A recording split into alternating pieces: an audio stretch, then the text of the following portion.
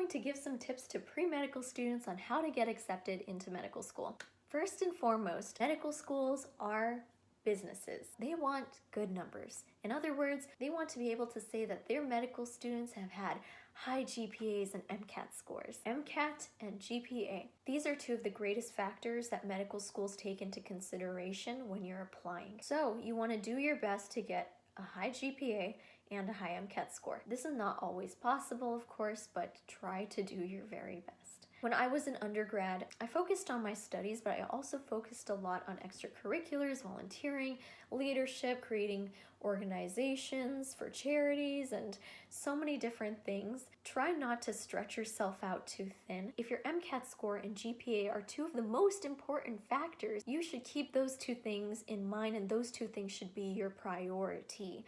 That doesn't mean don't do extracurriculars and volunteering and all that. You do need to do all that. So if I were you and I want to play it smart, I guess you could say, I would talk to upperclassmen and also check reviews online. I know for some schools, the students will write down their experiences in those classes and with certain professors, which classes are quote unquote easier to get a good grade in. So I would find those courses, make sure that they satisfy your general education requirements and your major and pre-med requirements, and take those courses, because if they're your requirements, you're going to learn whatever it is you need to learn from those courses anyway, but might as well take a course where you could learn those things, satisfy your requirement, and also easily get a good grade in. If I were to play it smart, that's what I would do. But also take courses that you're genuinely interested in. One of my mistakes during undergrad is taking the harder courses, because I thought that if I did take those courses, I might look better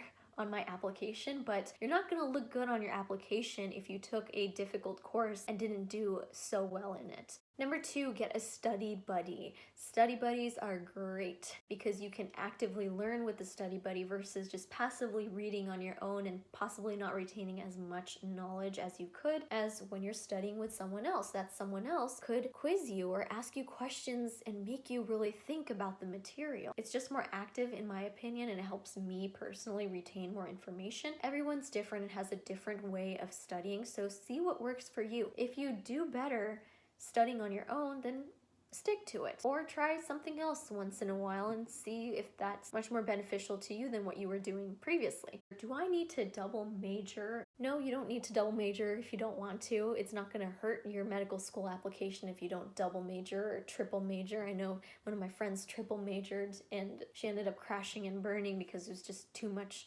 pressure and stress and cognitive overload. No, you don't have to double major. Do I need to have a science major in order to get accepted to medical school?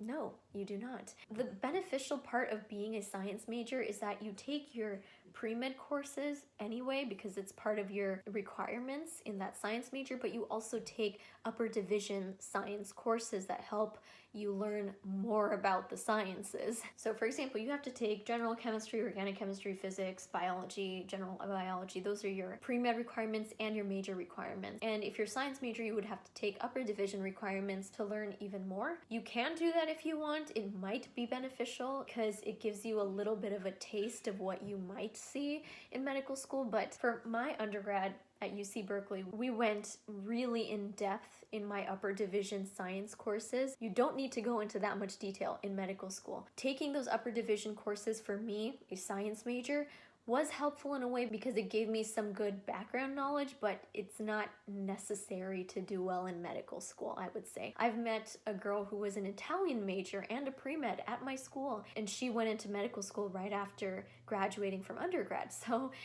you can do any type of major you want as long as you fulfill your pre-medical requirements. If you love studio art and want to be a pre-med, you can major in studio art and complete your pre-med requirements. So do what you're genuinely interested in. It's not going to hurt your application. If you don't do well in your pre-med requirements, in your pre-med courses, then yeah, it's not going to be beneficial to you. So just do well in your pre-med courses and your other courses as well, because again, GPA matters, your overall GPA and your science GPA.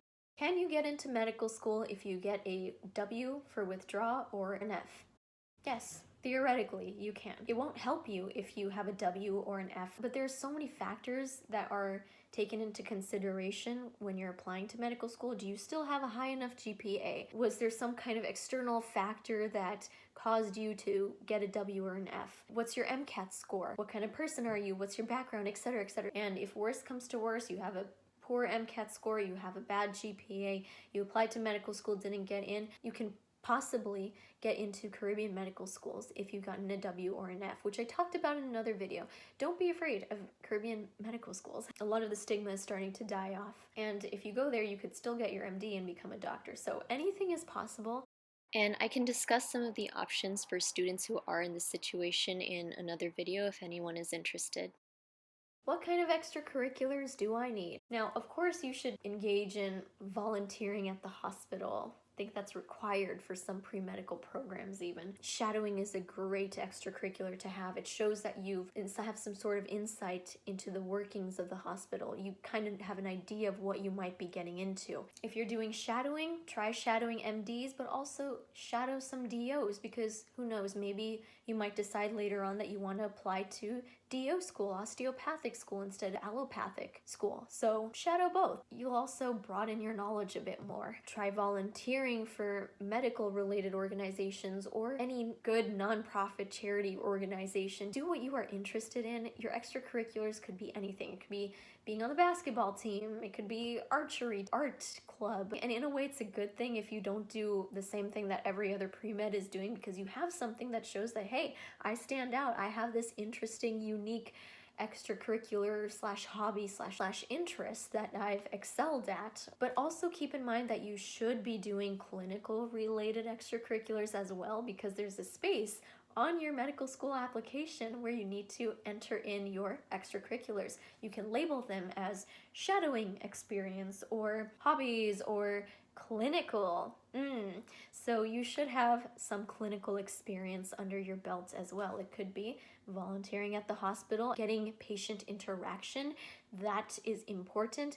For example, you could be volunteering at a hospital, but volunteering at the gift shop where you're just at the cash register. Or you could be volunteering at the hospital and working with patients, like maybe checking patients in to the surgery unit and giving them their gowns or talking to them while they're waiting to go into surgery. So those are two experiences that are both volunteering at a hospital, but one is clinical and one is not. Both of them are valuable experiences, but for one of them, you have more interaction with patients and you can label it as a clinical experience. So get those type of experiences where you can work with patients. Even clinical research, where you get to work with patients. So for example, patients with heart problems, and the research is related to that and tied to medicine, and you might be working with some doctors or interacting with them, or some PhDs, whatever, but you get to work with patients and talk to them and interact with them, so you could label that as a clinical research. Get those type of clinical experiences under your belt alongside those other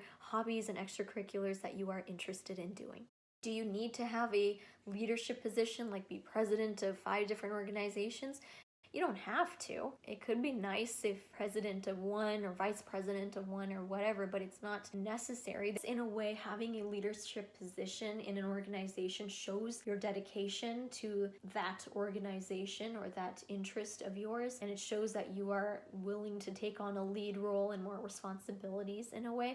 Can I get accepted into medical school with a low MCAT and low GPA? Anything is possible. It's hard to say yes or no to that. It depends on your overall application as well. There are some medical schools that just screen out applicants based on their MCAT scores and GPAs. Like if you don't meet their cutoff, like their cutoff could be a GPA of 3.6. Anybody who has below that score does not get accepted. I know students who've worked in admissions committees for medical schools who have said that sometimes they don't even look at the application of the student if they don't meet the grade cutoffs, which is highly unfortunate in my opinion that actually happens. You might even still get a secondary and have to pay for that secondary, even though you don't really have a chance of getting accepted and they know that. So that's highly unfortunate, but it happens. even when the school says that they have a holistic review process, might not always be the case. But you never know. There are students with lower GPAs or MCAT scores who have still gotten accepted into medical school. You gotta take it on a case-by-case basis. Sometimes you might not get accepted and you might have to do a post-bac program or a master's or something else. I personally would do a post-bac program because that would enhance your undergraduate GPA versus a master's that might not,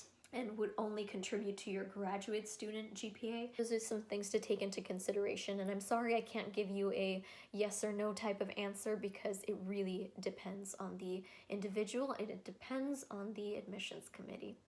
Research. Do I need to do research to get into medical school? I worked at 5 different research labs. Again, I did too much in my opinion. If I go back, I would have done things in more moderation, but that's just me. Have at least one solid research experience, ideally clinical research, not necessary to do clinical research. And if you can publish a paper, hey, that's pretty great. There are people who've gotten into medical school without publishing a paper, but it would be nice to have that because after you graduate from medical school and you're applying for residencies, you could say that, hey, I published a paper back in undergrad. You could include that as part of your residency application. So that's pretty nice. Again, not necessary, but it's nice to have. And who knows, you might realize that you really like research and you might want to pursue an MD, PhD, or you might want to have another research position as well. I have a lot of other advice to give to pre-medical students that's more detailed, so let me know if you want me to make a video on it, and if you have specific questions that you'd like me to answer, comment down below because then I can include that in a future video and address those questions, especially if there are a lot of people who have the same concern or question as you do. So feel free to comment below, ask me your questions, I'm here to help. Happy studying!